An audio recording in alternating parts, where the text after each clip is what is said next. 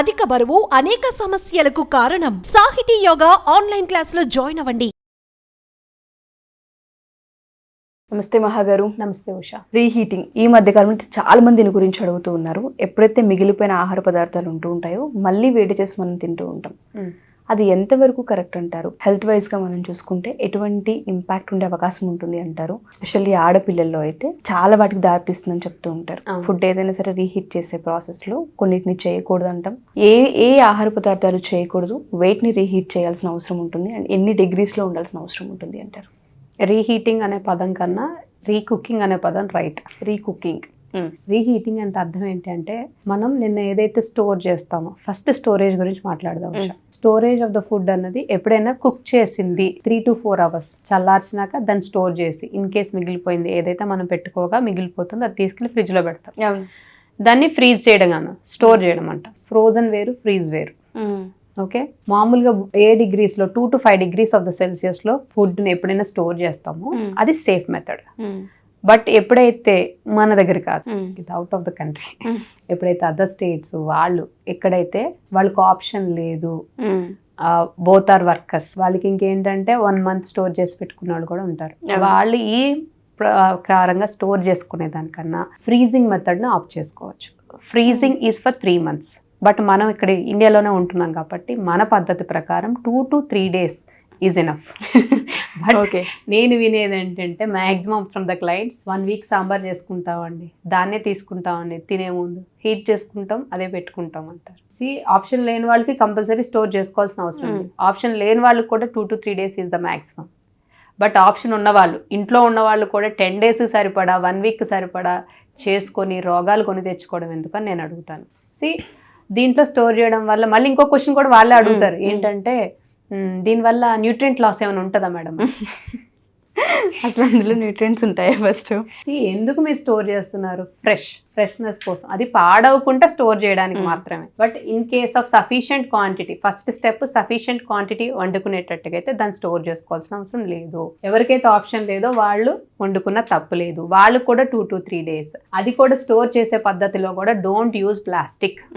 ఏవైతే ఉన్నాయో దాన్ని గ్లాస్ లోనే స్టోర్ చేయడానికి ట్రై చేయండి. Because the release of the chemicals will different. ఎందుకంటే అవి BPA ఫ్రీయా, కెమికల్ ఫ్రీయా, పెస్టిసైడ్ ఫ్రీయా అన్నది మనం చెప్పలేం. అండ్ ఇంకొకటి మైక్రో ఓవెన్ హీటింగ్ ఏదైతే ఉందో it is the safest. Maximum nutrient loss ఉంది, చాలా ఇంపాక్ట్ అనేది చాలా తక్కువ ఉంటుంది. అది కూడా తీసి వెంటనే ఫ్రిడ్జ్ లోంచి తీసి వెంటనే ఓవెన్ లో పెడతారు. That is not the right method. మీరు తినాలని అనుకుంటే అట్లీస్ట్ 5 to 10 minutes ముందేనే బయటికి తీసి నార్మల్ టెంపరేచర్కి ఏదైతే ఉందో రూమ్ టెంపరేచర్ కూల్ డౌన్ చేసి then you should heat. And కొంతమంది ఏం చేస్తారంటే, ఫర్ ఎగ్జాంపుల్ ఒక కంటైనర్లో ఒక కర్రీని స్టోర్ చేశారు. ఆ కర్రీని స్టోర్ చేసేటప్పుడు వెంటనే తీసేసి ఎంత ఉందో అంత అమౌంట్ తీసుకెళ్లి హీట్ చేస్తారు. But that is not it. మీకు ఎంతైతే తినాలనుకుంటున్నారో, మీకు ఎంత అవసరమో దాంట్లో అంత క్వాంటిటీ తీసుకొని బయట పెట్టి రూమ్ టెంపరేచర్ కూల్ డౌన్ అయినాక మీరు హీట్ చేసుకోండి. మైక్రో ఓవెన్ లేని వాళ్ళ పరిస్థితి ఏంటి అని అడుగుతారు. సో వాళ్ళు చూస్ ఫర్ ద బాయిలింగ్ మెథడ్. అంటే ఇప్పుడు ఫర్ ఎగ్జాంపుల్ మనం ఇడ్లీ పెట్టుకుంటాం కదా, స్టీమ్ మెథడ్. ఆ స్టీమ్ మెథడ్ ని ఫాలో అవ్వండి. ఆ స్టీమ్ మెథడ్ లో కూడా ఓన్లీ, గట్టిగా చెప్తున్నాను, ఓన్లీ ఫుడ్ ని మాత్రం హీట్ చేయడానికి కాదు, వేడెక్కడానికి కాదు, అది వేడవడానికి కాదు, ఆల్మోస్ట్ లైక్ రీకుకింగ్. మొత్తం ఫుడ్ అంతా కూడా ఏదైతే కర్రీ కానీ స్టోర్ చేసుకుంటున్నారో ఆ స్టోర్ చేసుకున్న కర్రీ మొత్తం హీట్ అవ్వాలి.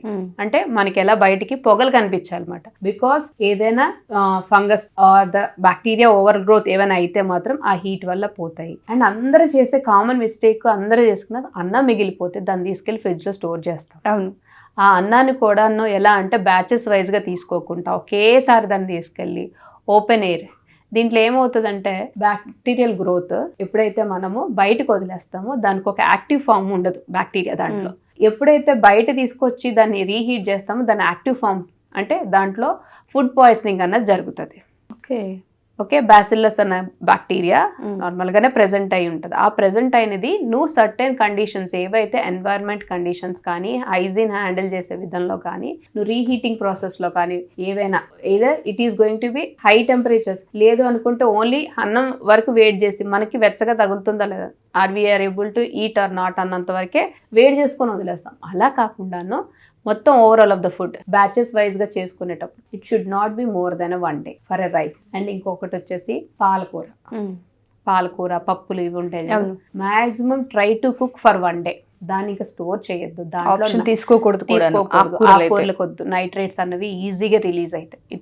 ఇట్ ఎలా అంటే అవి irritates, inflammation in the body, food poisoning. ఆ ఫుడ్ పాయిజనింగ్ పోతుందా అని అంటే పోతుంది, బట్ వై ఆ గట్టని ఎందుకు డిస్టర్బ్ చేయాలి మీరు? అండ్ ఎగ్స్, ఇప్పుడు ఎగ్ కర్రీ వండాము, ఆ ఎగ్ కర్రీ ఉండిపోయింది, ఆ ఎగ్స్ తీసుకెళ్ళి స్టోర్ చేస్తాం. అవి రీహీట్ కానీ లేకపోతే ఈ స్టీమ్ మెథడ్ లో కానీ చేసేటప్పుడు రబ్బర్ లా తయారవుతుంది ఆ ఎగ్.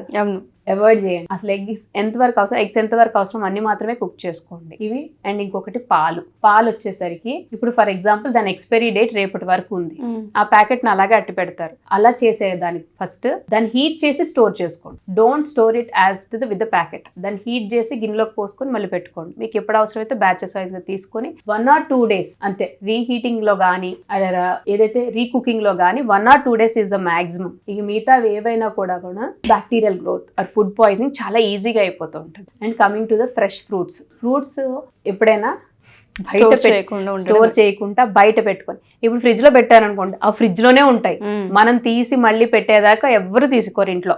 అంటిల్ అండ్ అన్లెస్ ఇంకేదైతే తీసుకొని తింటారో పేస్ట్రీయో చాక్లెట్ అంటే మనం ఎవరి అడ్వైస్ అవసరం లేదు, ఈజీగా తీసుకుంటాం. ఫ్రూట్స్ అన్నయ్యేటప్పటికి ఎవరైనా తెచ్చి పెడితే గానీ తినే స్టేజ్ లో ఎవరు ఉండరు, ఎందుకంటే మంచి అనగానే తొందరగా అట్రాక్ట్ అవ్వం మనం. సో ఫ్రూట్స్ ని try to keep it outside fresh. Fridge దేనికోసము, బయట ఏదైతే ఉందో దాని నుంచి పాడవకుండా for maximum for 4 or 5 days, not for prolong period of time. దాన్ని బ్యాచెస్ వైజ్ గా తెచ్చుకోవడం, వీక్లీ తెచ్చుకోవడమే right. And coming to the fresh fruits అయిపోయినాయి కదా, సీజనల్ ఫ్రూట్స్ స్టోర్ చేసుకునే విధానం. అండ్ వెజిటేబుల్స్ లో కూడా ఆకుకూరలు తెచ్చుకున్నా ఏం తెచ్చుకున్నా కూడా ట్రై టు కీప్ ద ఏదైతే స్లాట్ తెచ్చుకుంటారో అది కొంచెం తెచ్చుకొని అలా మాకు అవ్వదు, లేదు 10 days మేము వర్కింగ్ మాకు కుదరదు అది ఇది అని అంటారు. సో వాళ్ళకి ఏం చేయలేం, బట్ మ్యాక్సిమం ఎవరికైతే అవైలబిలిటీ ఉంటుందో వాళ్ళు ఇలా చేసుకోవచ్చు. అండ్ నెక్స్ట్ ఆయిల్స్ అండ్ మీట్ని కొంతమంది చికెన్ ఆర్ మటన్ ఆర్ ఏదైనా కూడా పెట్టుకుంటారో దాన్ని ఈవెన్ డీప్ ఫ్రై, పర్టికులర్గా డీప్ ఫ్రై ఐటమ్స్, ఫిష్ కానీ ఇలాంటివి, ఈవెన్ పొటాటో చిప్స్ ఇలాంటి బయట నుంచి బిర్యానీస్ మనం హోటల్స్కి వెళ్తాం, అలాంటప్పుడు మిగిలిపోయినవి ప్యాక్ చేసేయండి అని చెప్పి నెక్స్ట్ డేకి తీసుకొస్తున్నాం. తినకపోవడం మంచిది నన్ను అడిగితే. ఒక క్వశ్చన్ అడిగారు ఒక క్లయింట్ నన్ను, ordering the food from outside is better than reheating అని అడిగారు నన్ను అడిగితే reheating is the best method అని చెప్పాను. ఎందుకనంట Usha, ordering from food outside అన్నది వాడు ఏం ఆయిల్ వాడతాడో తెలియదు, ఆడు ఎన్ని రోజుల క్రితం ఇచ్చిండో తెలియదు, దాంట్లో ఏం మసాలాస్ ఎటువంటి హ్యాండ్లింగ్ హైజీన్ చేస్తారో నాకు తెలియదు. ఈజ్ అ సాఫ్ట్వేర్ ఎంప్లాయ్, ఈ don't have any time. Madam నాది ఇది పరిస్థితి, మీరు ఇచ్చింది నేను ఫాలో కాలేకపోతున్నాను, సో నాకు ఈ ఆప్షన్ ఉంది, సో నేను స్టోర్ చేసుకోవడం రైటా బయట నుంచి ఆర్డర్ పెట్టుకోవడం రైటా అని అడిగారు. రీహీటింగ్ మెథడే బెటర్, బట్ స్టీమ్ మెథడ్ చూసుకోండి అని అన్నారు. ఇలాంటివి చాలా ఉంటాయి, but it is a casual topic. But మనం ఎప్పుడైతే స్ట్రిక్ట్ గా మన హెల్త్ మీద ఫోకస్ చేయాలని అనుకుంటామో ప్రతి సింగిల్ థింగ్ మైన్యూట్ మ్యాటర్ అవుతుంది ఇక్కడ. So coming to chicken and mutton అని చెప్పాను కదా, దాన్ని మాత్రం దయచేసి అంతగా మించి వద్దు. దాంట్లో వచ్చే పొటాటోస్ లో బొటిలిజం ఒకటి బాగా ఫామ్ అవుతుంది. దాన్ని కుక్ చేసి దాంట్లో ఒక type of bacteria over growth అయిపోతుంది, ఫంగల్ బ్యాక్టీరియాస్. సో ఇలా ఫుడ్ పాయిజనింగ్ అయ్యే ఛాన్సెస్ చాలా ఉన్నాయి. ఆయిల్స్ని డీప్ ఫ్రై చేయడానికి వాడిన ఆయిల్స్ని మళ్ళీ రీహీట్ చేయొద్దు. దాన్ని సీజనింగ్కి వాడుకోండి, ఏ తాలింపులకో కూరకో వాడుకోండి. అండ్ సమ్ అదర్ ఏదో వచ్చింది ఈ మధ్య కొత్తగా వచ్చింది, ఫ్రీ రాడికల్స్ ఏవైతే ఉంటాయో దాంట్లో తీసేసేది ఏదో స్ట్రిప్ ఏదో పెట్టారు, బట్ మనం అంత డెవలప్ అవ్వలేదు, అక్కడ వరకు రాలేదు. బట్ మన సజెషన్ ఇంట్లో ఉన్న కామన్ ఉమెన్కి ఉపయోగపడే టిప్ ఏంటి అంటే రీహీట్ చేయొద్దు. రీహీట్ చేయాల్సిన అవసరం లేదు, ఎందుకంటే దాంట్లో ఫ్రీ రాడికల్స్. అక్కడ ఫ్రీ రాడికల్స్ అంటే మన సెల్స్ని డ్యామేజ్ చేసి మన ఇమ్యూనిటీని చాలా. ఇది ఎక్కడ చూస్తామంటే ఉషా, బయట మనం బజ్జీస్, పకోడాస్, సమోసాస్ రీహీట్. ఇప్పుడు వాడికి ఆయిల్ అయిపోయిందంటే ఆ ఆయిల్లోనే తీసుకొచ్చి ఆయిల్ వేసేస్తాడు, ఇంకో ప్యాకెట్ వేసేస్తాడు. సో దీనివల్ల ఏమవుతుందంటే బాడీలో ఇన్ఫ్లమేషన్ అన్నది ఈజీగా పెరిగిపోతుంది. ఆ ఇన్ఫ్లమేషన్ ఒక్కసారి తింటే కాదు, మంత్లో వన్స్ ఆర్ ట్వైస్ కాదు, చాలాసార్లు వెళ్ళి బయట తింటూ ఉంటాం. వాళ్ళు యూజ్ చేసే ఆయిల్స్ ఏంటో మనకు తెలియవు. So obviously it impacts a lot. ఎప్పుడైతే ఇన్ఫ్లమేషన్ క్రానిక్ అయిపోతుందో, ఎక్యూట్ ఎప్పుడవుతుంది, నువ్వు ఒక్కసారి 2 సార్లు తింటే అది ఎక్యూట్, రేర్, బాడీకి ఇంకా హ్యాబిట్యూట్ అవుతుంది, మళ్ళీ దాన్ని రిపేర్ చేసుకునే శక్తి ఉంది కాబట్టి రిపేర్ చేసుకుంటుంది. బట్ ఎప్పుడైతే దాన్ని మించి చేస్తామో క్రానిక్ అయిపోయినప్పుడు ఇమ్యూనిటీ లెవెల్స్ తగ్గిపోతాయి. ఫ్రీక్వెంట్ ఏవైతే ఉన్నాయో ఫ్రీక్వెంట్ ఎపిసోడ్స్ ఆఫ్ ఇల్నెస్ అన్నది చూస్తూ ఉంటావు. ఈ ఇమ్యూనిటీ ఎప్పుడైతే తగ్గిపోతూ ఉంటుందో ఆబ్వియస్లీ నీ బాడీ కెపాసిటీ ఎప్పుడు కూడా ఈజీగా వెయిట్ పుట్ ఆన్ అయిపోవడం, or else not able to lose the weight so easily.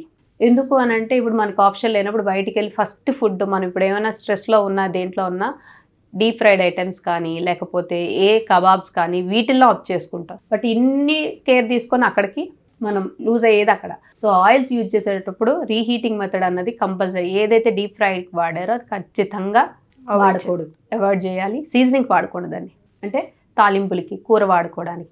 ఇంకా అంతే, ఒకసారి యూజ్ చేసిన డీప్ ఫ్రైకి వాడిన ఆయిల్స్ ఇంకోసారి యూజ్ చేయొద్దు. సో ఇవి కానీ జాగ్రత్తగా తీసుకుంటే, ఫ్రీజింగ్ మెథడ్ ఒకటి. ఫ్రీజింగ్ ఎవరికి మనకు ఆప్షన్ లేదు, మనకు అవసరం లేదు. బట్ కుక్ చేసుకునేటప్పుడు ఏమన్నా మొత్తం అదంతా ఫుడ్ అంతా బాయిల్ అయ్యేలా చూసుకుంటే చాలు. ఓకే మహా గారు, సో చాలా మంది తెలుసో తెలియకో రీహీటింగ్ అనే దాంట్లో కూడా జస్ట్ వేడైతే చాలని వదిలేస్తాం. బట్ పొగలు కక్కేలా వేడి చేయాలి, రీహీటింగ్లో కూడా చాలా ప్రాసెస్ ఉంటుందని తెలియదు. థ్యాంక్ యూ మహా గారు, థ్యాంక్ యూ సో మచ్.